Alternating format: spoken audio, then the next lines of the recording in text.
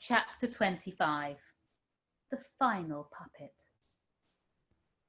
The old man sat on the bench for a little while longer, thinking about the events of the day, and it was only when his friends, the Dachshund and the donkey, passed by that he found himself ready to make his way back to the toy shop.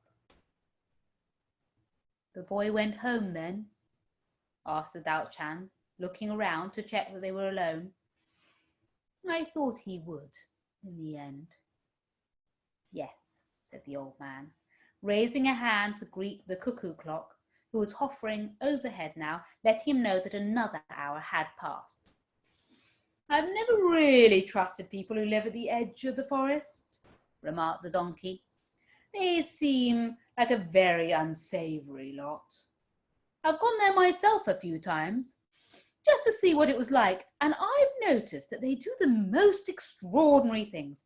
Do you know, I once saw a young woman holding a Labrador on a lead as they walked along together, as if she owned him or something." "Yes, they have some strange ways," agreed the old man, "but they're not all bad.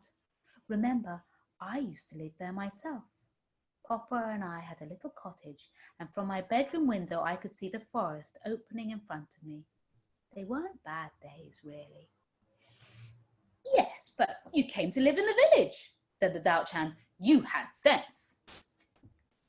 "That was more my father's decision than mine," replied the old man, "although I am glad he brought us here." "Hee-haw! Hee-haw!" cried the donkey, growing very agitated at this. "Oh, no," said the old man, shaking his head. "No, I can't agree with you on that. Things would have been different, certainly. But I wouldn't have wanted to live anywhere else. It suited me, this life in the toy shop.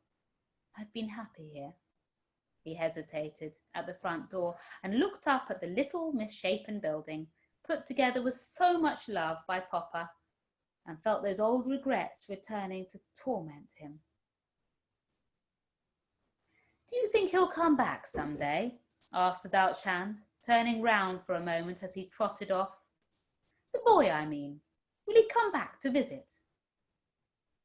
"It's possible," said the old man with a smile. "He found his way here once. Who's to say he won't find his way back again? Good night, my friends. I'm sure I'll see you all tomorrow." It was almost midnight by now, and after such an exhausting day, he felt quite tired. But then he had never enjoyed such prolonged company during a day, and it had quite worn him out. Still, a night never went by when he didn't do a little carving before bed, and so he pulled a branch from Papa's tree. It came away easily in his hands, as it always did, and closed the door behind him before making his way downstairs to the workshop. Sitting down, he took a chisel and hammer between his two aging fists and started to work, stripping the bark away and smoothing down the lumber beneath his hands before beginning his latest figure. It wasn't long before the wood started to take on the form of the puppet of a boy.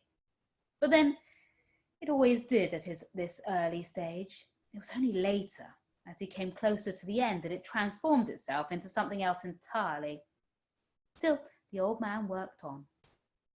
But what a foolish puppet he had been, he decided, memories of his life passing through his mind as he chipped away at the wood, choosing to exist as a boy and then as a man, over the wonderful adventures he might have had for all eternity, over the places he might have visited, the friends he might have made. Why, had he ever thought that he would be better off as flesh and blood?